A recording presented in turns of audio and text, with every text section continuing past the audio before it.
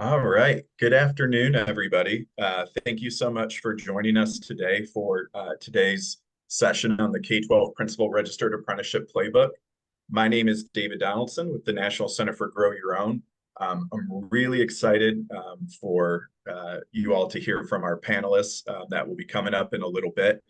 We have experts, including the superintendent who created the first ever K-12 Principal Registered Apprenticeship Program.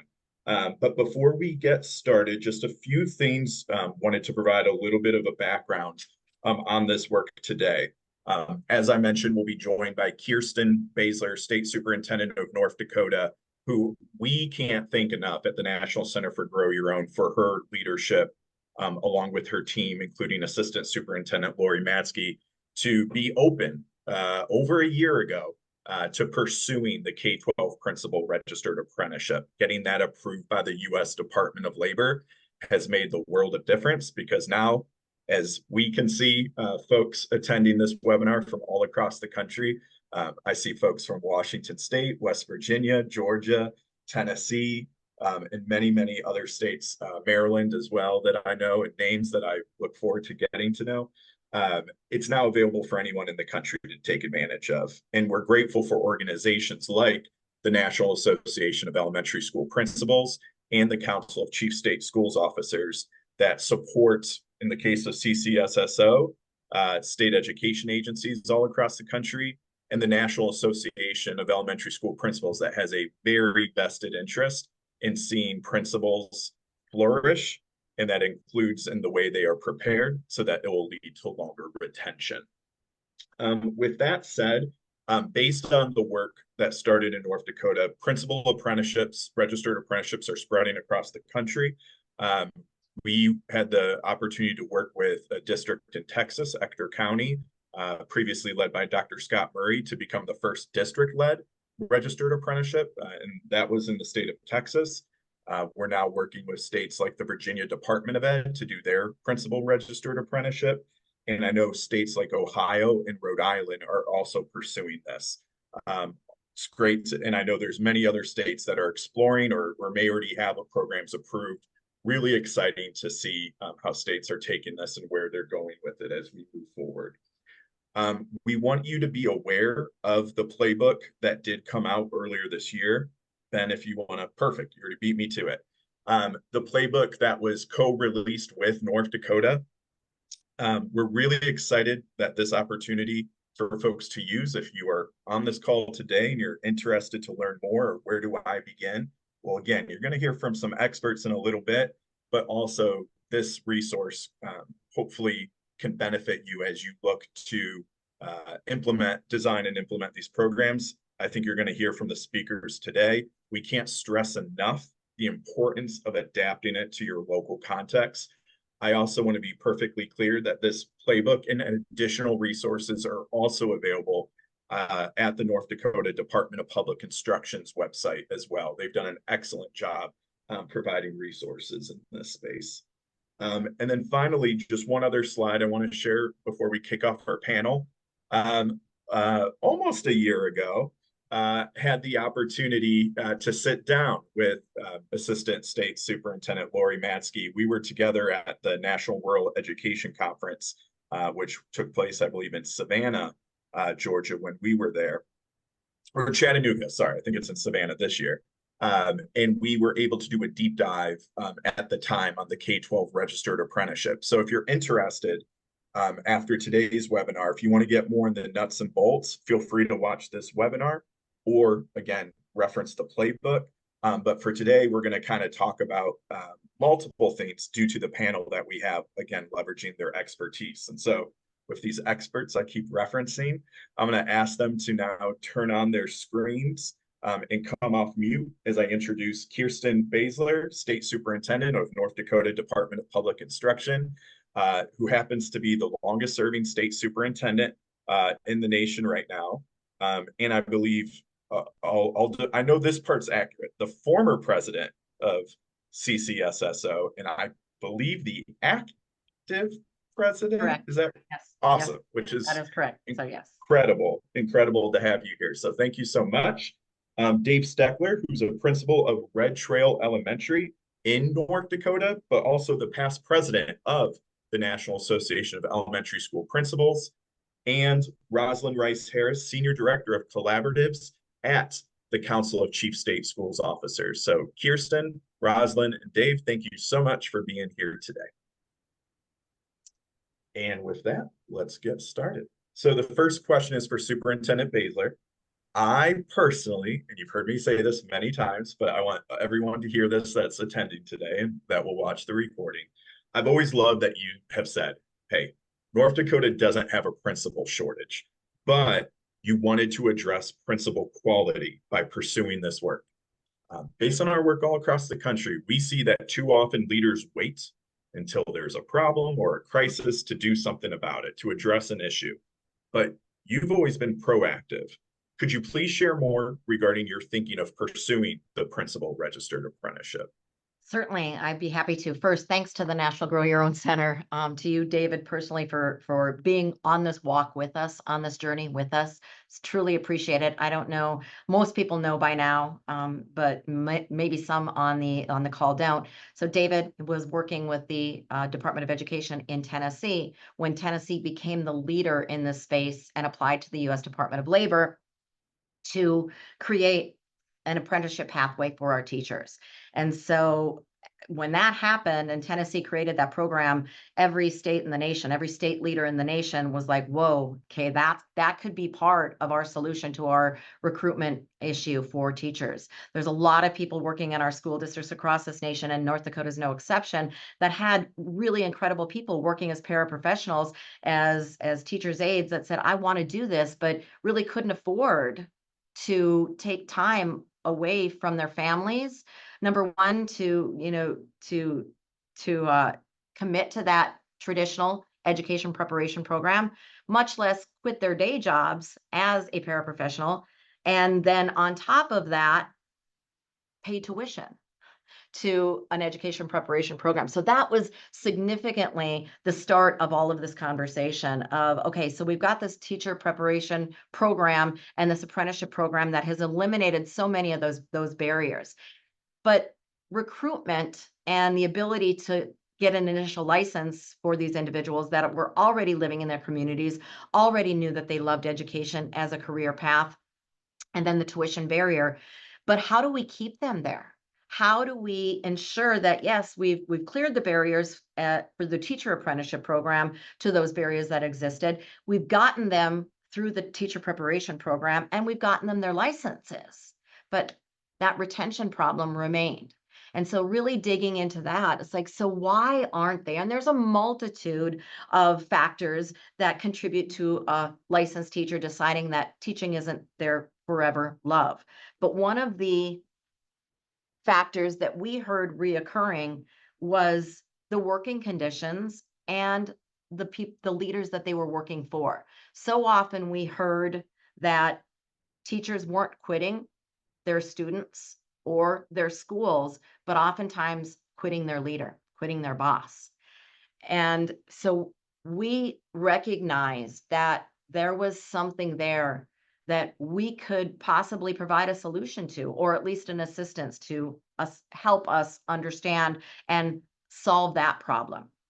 So when we looked at what the conditions that our leaders, our building principals were experiencing, what we learned is that they were often a classroom teacher or an instructional coach that was going to night school to get their principal credential and going to their principal preparation programs, and then being thrown into maybe a summer school experience to meet those qualifications, and or a short 9-week experience to meet that expectation for their principal preparation programs.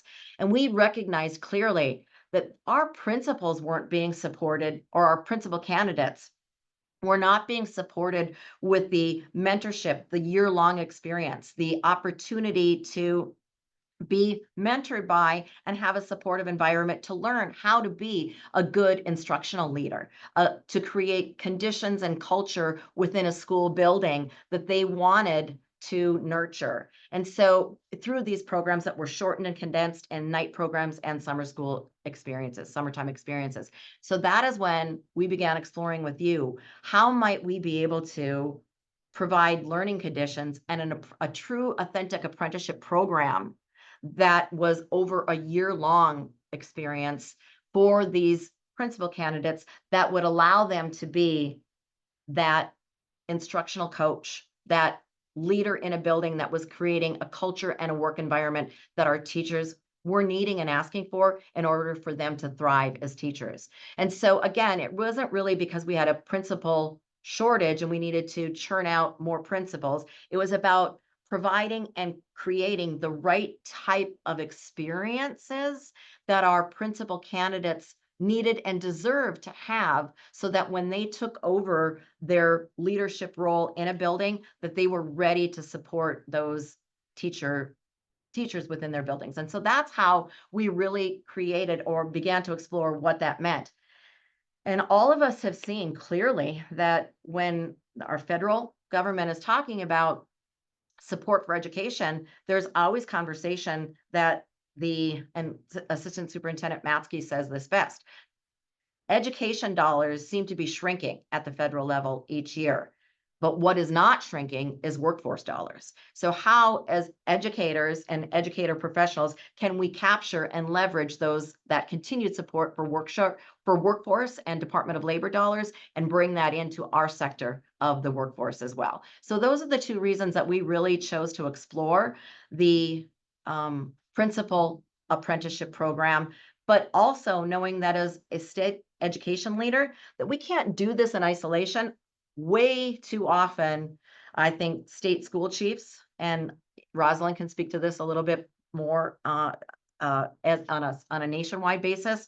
But the very first thing that Assistant Superintendent Matsky and I knew that we would need to do, and advice from you, David, having your experiences in Tennessee, that before we even applied to the Department of Labor to approve the principal occupation as an apprenticeable occupation, to really ask those individuals that were doing this work whether they thought it was a good idea. So we went to, of course, the associations of secondary principals and elementary school principals and our teachers union to say, we want to do this. We think that this is a good idea, but do you think that this is a good idea? And do you think that this is something that we can do in partnership?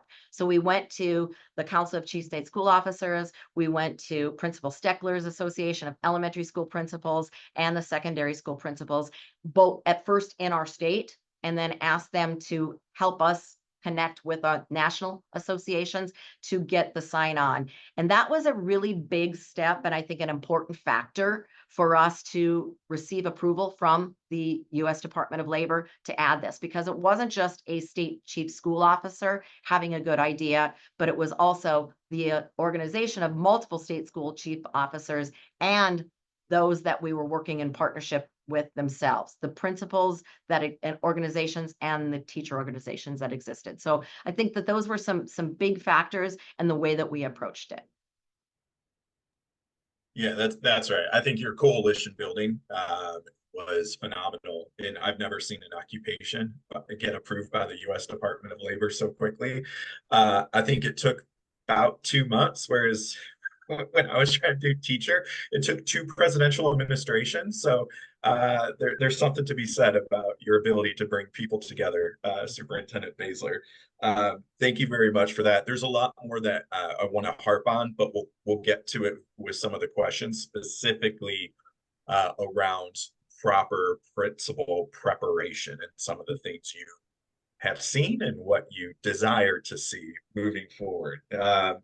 For the next question, Principal Steckler, in designing the registered apprenticeship for principals, there was research from both your organization, National Association of Elementary School Principals, of which, again, you were past president of, as well as the National Association of Secondary School Principals, that spoke to the attrition of school leaders, especially due to and since COVID.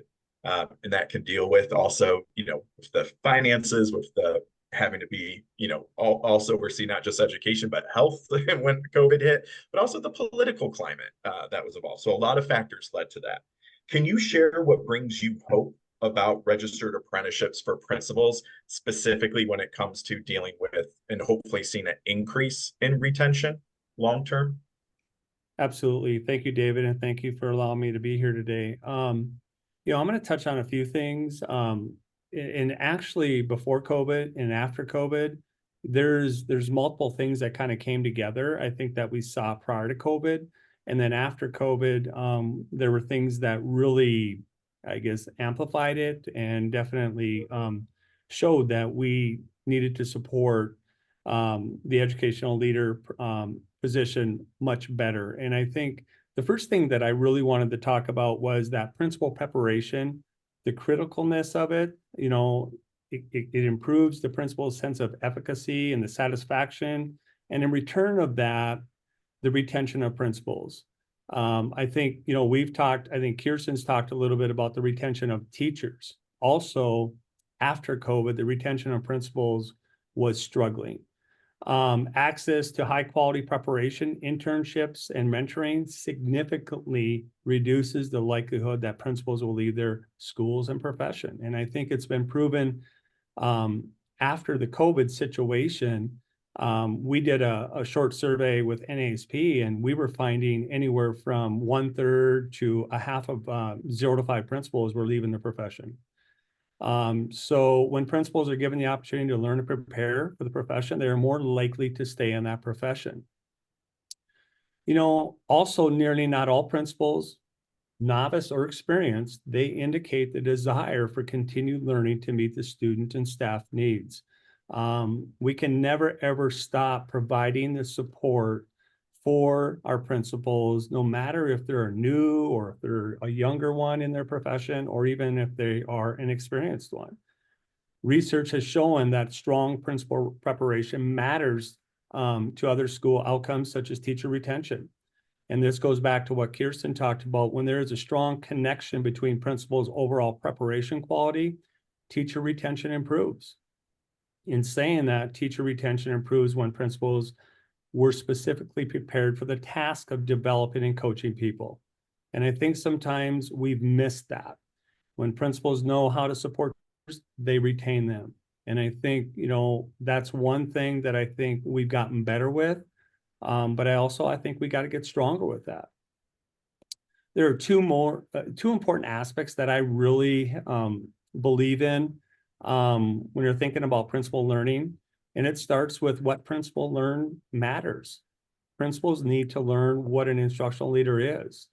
And they need to learn that using a variety of data plays an integral role in making their decisions within their school communities. Positive school culture, collaborative work environment are critical. And principals need to learn that as well. Principals need to learn about staff development, how teachers can improve their practice to meet the demands of all learners. So what they are learning, it does matter. The second thing that I really feel is probably not that it's second, but it's the most important thing. How principals learn matters a lot. I think how you do that. Inquiry, school-based projects are important. Internships where principals take on some responsibilities of a school leader under an experienced principal are critical. The principalship shouldn't be such an isolating experience, because principals grow and develop as well as help others grow and develop. I go back to, and I talk to my staff a little bit about some of the teachers that want to be principals. 30 years ago, when I became a principal, I could leave the classroom and walk into this profession. Now, I think it's more difficult. That preparation is so critical in providing the support and the guidance and the knowledge on how to effectively be that instructional leader at your building. So that's what I have to share. I appreciate it. I became a first-year principal in the year of our Lord, 2013, over a decade ago at a high school, Detroit Public Schools, Cody High School. Go Comets. And here's the thing, and you both of you have hit on it so far, and I know we'll talk more about it. In Michigan, you could become a principal as long as you enrolled in a program within 6 months and completed it within 3 years. Wow. I was hired on July 1 as an assistant principal, and in less than 2 months, I was made principal. Mm-hmm. That wasn't good for anybody. Let's just be real here. Like, I'm very transparent about that. And then when I was in Tennessee, this was really interesting. And everyone thought I was being flippant, but I oversaw licensure. You could literally become a principal by reading a book, meaning all you had to do was attend classes. There was no requirement for any type of practicum, residency. I would also like, and I don't mean to put words in your mouth, Dave, but that inquiry-based learning model as well. But it's the hands-on. Like, this principal is not a job of theory. It is a job of action, and ideally proactive, not reaction as well. And so I just really appreciate you stressing those things. And we'll get more, I think, later for all panels to talk more about what qualities we need to see in more principal preparation programs. Rosalyn, from a national stage, I'm really curious. CCSSO recently hosted, one of your collaborators that you oversee them all, but hosted a school leader one in Seattle. That's for folks who oversee principal type work within their respective state education agencies. And at that session, North Dakota and our organization released the playbook with Jackie Wilson, the moderator there, who's great, former SEA leader in Delaware. How do you see state education agencies leveraging registered apprenticeships as part of their principal pipeline strategy moving forward? David, thank you so much for having me and allowing me to share what we're seeing at the national level regarding apprenticeship. The principal apprenticeship model is very exciting in the state. So very grateful that Superintendent Baesler was able to partner with the National Center for Grow Your Own to launch this initiative, and we're so happy to be part of that work as well. And it got other states thinking, how else can we build alternative pipelines to better support leadership development and retention? How can we utilize what's currently working in so many states regarding registered teacher apprenticeships? How can we use that to support yet another part of our educational ecosystem, our school leaders? So we've seen quite a few states try to figure it out. The challenge is thinking through how we can best align licensure, certification, and our support from education preparation providers with this new effort to be able to cultivate this pipeline using the registered apprenticeship approach. We have some states that are definitely forging ahead with thinking through what these dynamics would look like. So we've seen outside of North Dakota, we've seen Ohio definitely begin to put together some infrastructure and build partnerships around registered apprenticeship programs for principals. They have the support of their governor to build this pipeline using some lessons learned from across the country, especially from North Dakota, to think through what their program would look like. So we're very excited to see what will emerge from that work. As you shared earlier, David, Rhode Island is also looking to build a pipeline. They have several residency type programs that come from the district up or from an intermediary. So Rhode Island Department of Education is looking to figure out, how can we put these programs together? What are some themes and similarities that we're finding that we can then create a structure to house these programs to then support statewide and be able to then support the districts that have shortages and specific shortages utilizing these programs. We've also seen Virginia, as you shared, begin to think through what this model would look like for them. And they're thinking through some partnerships with districts, especially our harder to staff districts that are in the rural parts of the Commonwealth, in order to support them in building a pipeline within those divisions, so that we have not just really strong, capable leaders, also leaders who have a stake in the district, that they're from there, that we're using a place-based approach when developing our leaders, so that we're building not just a commitment to teaching and learning, but a commitment to that community. So very excited to see how different states are taking on this opportunity, and I foresee it growing exponentially in the future. Thank you so much, Senior Director Rice Harrison. I also want to make sure I'm giving a shout out. CCSSO was supportive of both the teacher and principal occupations. And so as Superintendent Baesler was talking about building the coalitions, CCSSO was right there, able to support and co-sponsored the principal one. And we got a letter of support from National Association of Elementary School Principals. And so we're eternally grateful for that. I really appreciate your points, Rosalyn, about that customization and how it looks different in different places. Also, in North Dakota, you had a state superintendent take the lead. In Ohio, you have a governor taking the lead. In Virginia, a state superintendent, but with a focus specifically, in this case, from a rural perspective. Rhode Island, you mentioned, they already have some residency programs, so they're potentially exploring adapting those or leveraging those into a registered apprenticeship. Point is, folks, as you're looking through this playbook and as you're hearing the panelists today, beg, borrow, and steal. This is not one size fits all. Take the parts that resonate. We're all here for kids. And specifically with the principal registered apprenticeship, I say we're all here for teachers. Superintendent Baesler said earlier, why does anyone quit any job? I'm paraphrasing, sorry. This is not a direct paraphrase, but why does anyone quit any job? Quit because of who they work for. And so having those strong instructional leaders that now, as Principal Steckler lives day in, day out, have a lot more jobs on their plate.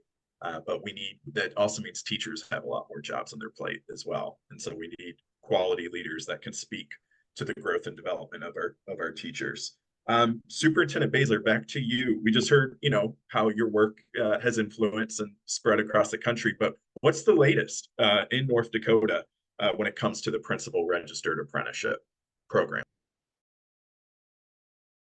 So to cut to the headline, it's a success. It's in demand, it's appreciated, and it's useful. So our first year we're in our second year. So we received notification in June of 2023 that we had indeed been approved by the U.S. Department of Labor. We were ready to go. We anticipated approval, and we stood it up. And so but we decided, like we like to do in North Dakota, to kind of start small with one of our principal preparation programs. And so the first grant recipient was our North Dakota State University. And they had 3 different school districts. They worked with 3 different school districts to stand this up. We had a large school district, Fargo Public Schools, located on the Minnesota-North Dakota border. I think it's our 3rd largest school district in the state. We partnered with them. And we partnered with a mid-size school district that is Wahpeton Public Schools. And then they partnered with what we call our Class B schools. It's a small rural school district, Central Cass Public School District. And so we wanted to ensure, and we felt that was a really good mix, because we wanted, there's a lot of times in North Dakota we hear, well, that would work for a really large school district because they have all of this personnel that they can pull in. And then we hear from our larger school districts, well, that would work with a small school district, but it's not going to work with us because they're all in the same building and they're able to do this. So we really wanted to prove out the concept that no, actually there are different challenges, different struggles, different mechanisms that need to be created and paths forward, decisions that need to be created. But this really actually can work in a large school district, a mid-sized school district, and a small school district. So there were 11 principal candidate apprenticeships that were working in those 3 school districts. And they ranged from, the titles that were used. There were existing assistant principals that were working to get their principal credentials, dean of students. There were instructional coaches that became principal apprenticeships, and special education directors. And so again, multitude of different current positions that were now in the pipeline to become a licensed and credentialed principal and our principal apprenticeships. So fast forward, that was last year. That was our first grant round. Our second grant round, we are working with our second research university, the University of North Dakota, and they are our 10 principal apprenticeships that are engaged in that. So again, they are working with 3 different, actually 4 different school districts in the state. UND is working with Grafton, Grand Forks, Manville, and North Border. Again, a very similar mixture. Large school district of Grand Forks located right there in the university town. Grafton, a mid-sized school district that is located about, I guess it's probably about 100 miles away, but then 2 small, very rural school districts, Manville and North Border. And so again, the diversity of our state is reflected in these principal apprenticeship programs. So what the headline is, in demand, effective, and useful. Yeah, well, first off, congrats. Awesome to hear what a difference a year makes, right? And so if anybody's, on this call right now representing their state being like, our principals pipeline isn't quite where we want it to be, like literally a year from today, when we do an update on what year 2, year 3 of North Dakota or in other states, you could have this same situation as well. It is possible. As I said, beg, borrow, steal, use the playbook, all these things. I also just want to highlight the really creative point of some flexibility on the different positions that are being leveraged for this work. You talk about how, there's some small rural districts where they might not have an assistant principal position. It might just be a principal and teacher. So what do they do in there? And in the playbook, there's some case studies that highlight the different ideas that are leveraged, different positions that are leveraged as well. So it's just something I want folks to be thinking of. You can be creative. You heard how North Dakota is being creative in this space. This next question's for all of you, but we'll start with you, Dave, on this one. What do you believe, and this is the one I've been alluding to this entire time, so cat's out of the bag. What do you believe makes a good principal preparation experience for an aspiring school leader? Dave, again, we'll start with you, and then Rosalyn, if you want to go next. Well, obviously it starts with that preparation, access to an effective preparation program. I believe principals need to be given the opportunity to learn through the cohort-based learning, as well as professional networks to eliminate that lonely feeling that sometimes comes with the job. Let's face it, that being a principal, there are tough days, there are great days, but sometimes it does feel lonely. From there, I believe principals need to carry the openness to continue to grow, to meet the status of high expectations within their building. That is one thing that I definitely coach with our teachers. Continue to be open, to grow with your job and get better and become that champion, that champion educator. The individualized principal coaching, that develops the necessary educational leadership skills to become highly effective school leader. Principals need that I for equitable outcomes, where aspiring principals who are serious about the educational quality and continuously learning and pushing themselves to grow. I talk a lot about the growing process, but that is one thing that I've done as a leader, is the continuous reflective piece. If it's a teacher or if it's a principal, you need to take time at the end of each day to reflect and continue to learn and look at the things that maybe you could have did a little bit better, things that maybe you've done well, and blend those together to become better and better. That self-reflection fuels a healthy school culture to build effective teams. In return, you get those equitable outcomes. The last thing I think would be the inspiration to keep you going is critical, where resilience is present to move through and grow through those challenging times. Because we all know in this profession, there are challenging times. And so you just need to be resilient. You need to continue to move through those and grow with those and learn from those. So that's kind of what I have, David, as far as, a good preparation experience. I appreciate that. I especially just want to double down on that cohort-based model that you recommend. There is something to be said about knowing who else you're going through this with and knowing someone you can call when all the teachers leave the building, the students have left. Who can you call? It helps to know someone that's walking a mile in those shoes. Rosalyn? Absolutely. I think thinking through, I became a principal through new leaders. So many years ago, I don't want to share, but I was fortunate enough to have a year-long residency before going into the principalship. And I don't know where I would have been without that, maneuvering the adult issues that happen in a school, in the politics. I was a strong teacher. I love to learn. So being able to leverage instruction and to coach weren't they were things that I was very confident in at the time.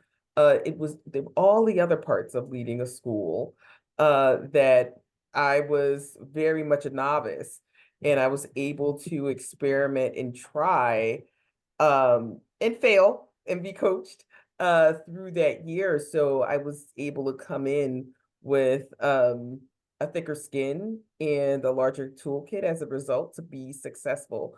So thinking about what I believe are some key attributes to successful principal residency programs, it's that pairing. It's being able to work with a principal, a mentor that is open, able to let you try and take risk, put you in those positions to learn and plan, and then coach you through those failures, and also coach you through those wins as well, so you can identify what were those moves that you made in order to get to that successful outcome. And then Dave alluded to it. There's this whole set of adaptive work that you're doing throughout this year to grow as a leader and be able to manage change. Like, that's the biggest part. And you can manage it in your classroom with kids. It looks very different when you're managing adults within your building and outside of your building.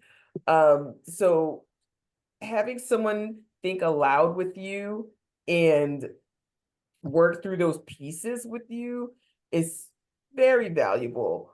So making sure that you have a strong principal to learn with, as well as, that cohort. A principalship is a very lonely job. So being able to share and commiserate with your colleagues, as well as use them as part of your own consultancy and growth when you are marked with challenges throughout your journey. I think there's a need to customize. So that's why I'm very excited about the apprenticeship aspect of this work, because you're able to customize the experience based upon the need of that community. Because you don't want to be prepared for something. You're like, I'm looking for this, and you're getting that. You definitely want to be, your experience is aligned to what you're going to lead and support when you complete the program. And lastly, that alignment to the standards, like the use of those PSEL standards, being able to clearly understand and articulate, when you're working around instruction, when you're working around transformation, when how are you leading with equity, all of these things, like understanding that there's research and a root to it, so that you're not just making decisions and creating things just for the sake of doing them, that there is a research base and practice and theory that goes along with the work that you're doing. So there's a why. And being able to articulate that why and understand that why, I believe, is important as well.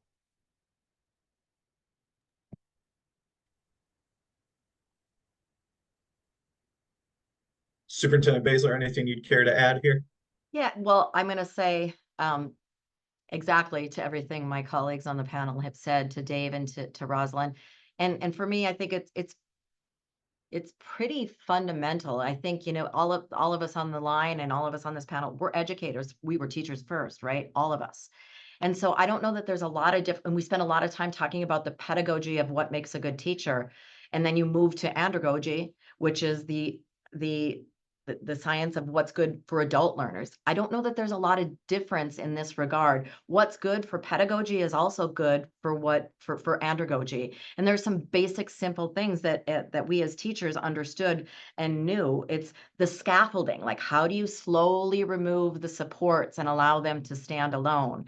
And as a third grade teacher, I often talked about I do, we do, you do, right? And so the same thing, we use bigger adult words, but it really does come down to I do, which is job shadowing, like watch me do this and let me walk through it so you can observe that. Job shadowing, critically important. And then the we do, we're going to do this together. Let's have some hands-on experiences together. And I'm going to be right there alongside you to be there as we do it together. And then, of course, that mentoring, that is where you do. So we move from I do, we do to you do, but you have that mentor there to go to as you do. That's pretty basic and fundamental. But I think what is critical about the apprenticeship program is that, so I think all of those components are elements of a good principal preparation program. The job shadowing, the hands-on experiences together. And then we're not going to remove all of the scaffold and supports, but I'm going to be there as your mentor while you do.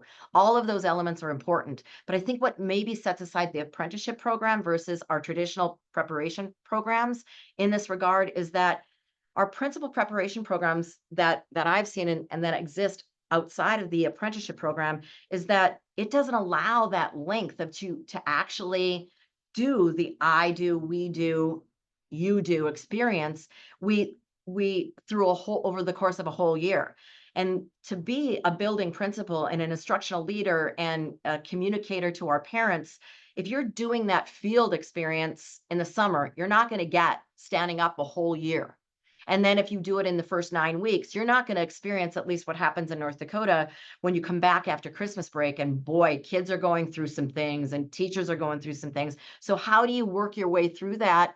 Not to mention the closing out of a school year where you're dealing with some teachers who maybe didn't get their students to the point where they wanted to get them, where you're communicating with teachers and their families students and their families about, boy, your student didn't get exactly where we wanted them to be either. So how do we go in? So it really, the principal apprenticeship program takes that principal candidate through all of those experiences with the I do, we do, you do model of being together. And so I think any good principal preparation program needs to allow that time to slowly remove the scaffolding supports and allow that principal candidate to move through all of those experiences in that same sort of andragogy supports, pure and exemplar andragogy supports.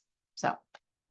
Yeah, all I can think about as you were speaking, and then as I was reflecting on Rosalyn's comments, whether it's about the scaffolding or the mentor, but my experience in Detroit, it was just a straight I do experience. Yeah. And so when I keep hearing Rosalyn, I think you said like 3 times, failure, when I failed, and I'm just thinking, no, you didn't. You were getting lessons learned. I failed because I was in the principal role when I learned the lessons that you had by going through a quality program like new leaders and having a a mentor like you did. And so how do we get more programs like Rosalyn had, which again, we're all the hardest, we're all our own hardest critics. So again, it's just obvious Rosalyn was a better principal than me. There's no doubt about that in my mind. But she did not fail. She had lessons learned. And so that's really, Superintendent Baesler, your point of how do you get that, the I do, you do, you do, we do, you do. Sorry, I'm trying to remember the old phrasing. But yeah, it's so important. I wanted my hand held. Instead, I was thrown to the wolves, just like I was as a teacher. And that wasn't good that wasn't fair to the students. It's not about me. It wasn't fair to the teachers when I was a principal, and it wasn't fair to the students when I was a teacher. So like how to apprenticeship, I really love your point. My God, even with teaching, there is like, my favorite is when you do your student teaching in the second semester and you just think, oh, the students are all like, they understand the routines, they listen to the teacher. This is easy. They have no idea the work that was put in at the beginning of the year to get those routines established. So really appreciate both of your points there. Now I literally have the $1 million question. I'm actually surprised that I haven't been flooded in the Q&A about this question. And folks, feel free to, as mentioned in the chat, feel free to put questions in the Q&A because we'll go to those after this question. Rosalyn, we'll start with you, but it's for everybody. How do you advise states to fund the $1 million question, fund these principal registered apprenticeship programs? Rosalyn, we'll start with you. David, such a good question. So here at CCSSO, we work really closely with our federal liaisons and advocacy team to help states understand the flexibilities of our federal funds. So our federal funds are much more flexible than we believe. We know that there's a lot of paperwork in terms of accountability to chronicle how funds are spent, but how they are spent, how we decide they're spent, there's actually a lot of flexibility with them. So we've seen state education agencies definitely use the Perkins funds to pay for these programs, as well as our Title II funds around improving teacher quality. You can use it, there's also Title II funds for principals and improving their quality and professional development. So just supporting effective instruction, you're able to use those funds. Also, if you're moving through, for example, with North Dakota, using the apprenticeship model, the Department of Labor also has funds that they're able to utilize to support the upstanding of these programs. So there are multiple state and federal buckets that you're able to use to support these programs. Many of them you already have access to. And it's just about thinking through how you're going to connect what you want to do to those funds and having that language to explain what you're doing and what your anticipated outcomes are. And it's going to get approved because everyone understands that supporting diverse and affordable pipelines for education, for teachers, as well as our school leaders, it's pivotal. So you're able to use funds. There's at least 3 buckets. I know there's more. You can also use IDEA grants, especially if you're looking to fill you're filling positions around special education or supporting other special populations. So there's plenty of ways to utilize your current funds in order to support these programs. So I believe AIR had, they've released a document along with CEDAR and the Center for Great Teachers and Leaders that's like 3 pages of different types of grants that you're able to apply for and or use to support this work. So, however, Superintendent Baesler has already done this work, so she can tell us like, this is the money, these are the funds I used, but all that to say, there's a lot of flexibility. Awesome. Thank you. Perfect segue to Superintendent Baesler. I'm going to underscore what Rosalyn said. I think that there's a tremendous amount of flexibility, more flexibility in the federal funds than people realize. I would say absolutely investigate that. I did put in the chat, and possibly can be shared out afterwards. North Dakota actually, especially with the disappearing of ESSER funds that will expire at the end of this month, the department worked on a document called Funding Your Plan. And too often, I think school districts and even states sometimes talk about plan for your funds. We can't do that. You have to have a plan and then figure out what funds are eligible. So come at that from a reverse engineering. Develop what your school or your state needs and then fund that plan. But don't try and say, well, we have this much Title II money, this much IDEA money. What can we, don't plan for your funds, fund your plan. So I would encourage everyone to look at, again, this is North Dakota unique. This is North Dakota specific. The other call out, as we're specifically speaking to about principals right now, the other thing that I will say for my soapbox is this: district leaders, whether you are a district administration leader or a school board leader, in North Dakota and across this nation, there are far too few principals at that funding your plan conversation as you are building budgets than need to be. District leaders, school boards need to bring in those building principals to talk about how can we fund our plan. Too often, I think principals just kind of are receiving the budget and they think that their budget is their discretionary funding, when in fact it should be a conversation about what do we need for instructional assistance, what do we need for curriculum. So that's one thing that I'll say. I will tell you that North Dakota is using our Title II dollars, specifically in the leadership activities component, to fund these first two rounds. But the strategies that we use for the teacher apprenticeship program, and we use for all of our initiatives, we seed fund it, and then we develop success, and then we bring that to our state legislature. So what we did was we started with our teacher apprenticeship program using IDEA funding, and then we built that success. We went to the registered apprenticeship, we got Department of Labor dollars, and then we went to our legislature, and our legislature in ongoing funding now is funding our teacher apprenticeship program with our Grow Your Own dollars. And that is not one-time funding, that is ongoing appropriation. So I think that there's some opportunity to use the multitude of federal funding that Rosalyn just outlined, that is outlined in our Fund Your Plan book that is on our website.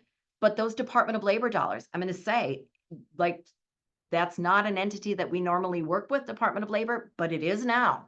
And so between your existing federal education stream of funding, the Department of Labor opportunities, but then use that to seed and create success, and then go to your state legislators to say, this is an effective tool. And I think that there's some opportunities to do that. So.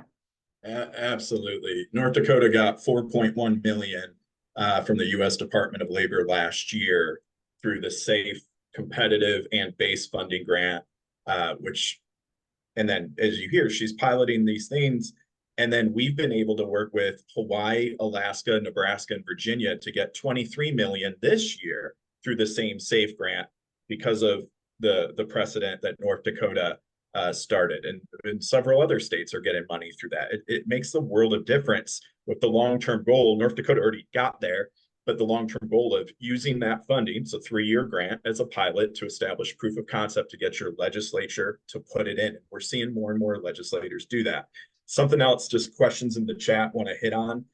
Someone asked about IDEA, how it can be used. Well, you just heard Superintendent Baesler talk about how they did it for special ed teacher apprenticeships.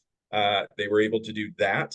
In Tennessee, I was able to use IDEA to cover 50% of our teacher registered apprenticeship because we required dual certification.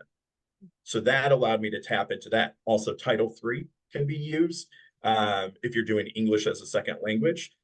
IDEA could also be used for principal registered apprenticeship, as Rosalyn said. If we actually look at what's called the RTI, the related technical instruction. What are the courses that the principal is taking, the aspiring principal is taking that are in special ed? You could literally chop it off by that in a proportional rate and cover those courses with IDA for that question.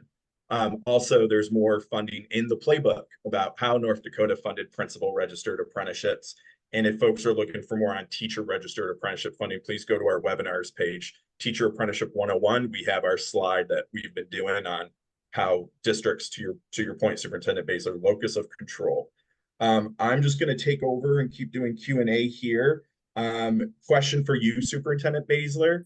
Is North Dakota's Department of Public Instruction directly interfacing with the U.S. Department of Labor, or did you have a state apprenticeship agency you work with? So I think it's more of a question about Barry Dutton kind of thing. Certainly, yes. And we have our regional, the U.S. Department of Labor, Barry Dutton, our apprenticeship program person. So he was our liaison to the U.S. Department of Labor. Awesome, awesome. But you are talking with another state agency when it comes to like some high school work. Is that okay to? So yeah, absolutely. So Yeah. interestingly, our high school, so for our high school apprenticeship to feed the pipeline of future educators, which have been, paraprofessionals that become teachers, that become lead teachers, that become principals eventually. That is our Career and Technical Education Agency.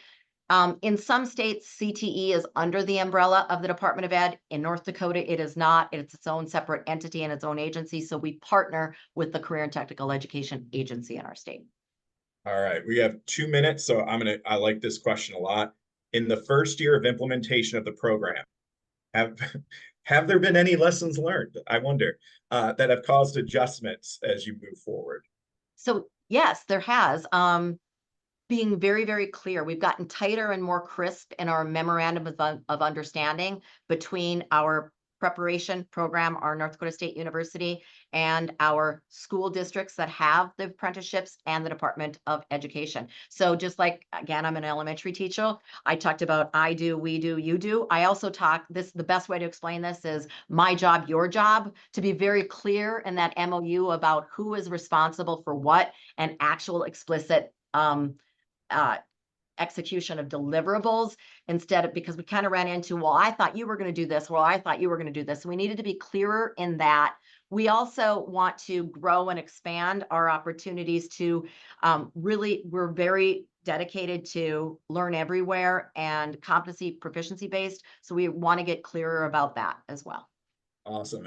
2 last things. One, it is not a question, but it is a shout out. Someone loved the reference to I do, we do, you do, and also put in there another version of it is show me, help me, let me, which that's awesome. So thank you to the individual who shared that. Second, harping on something Dave mentioned earlier about sometimes this can be a lonely profession.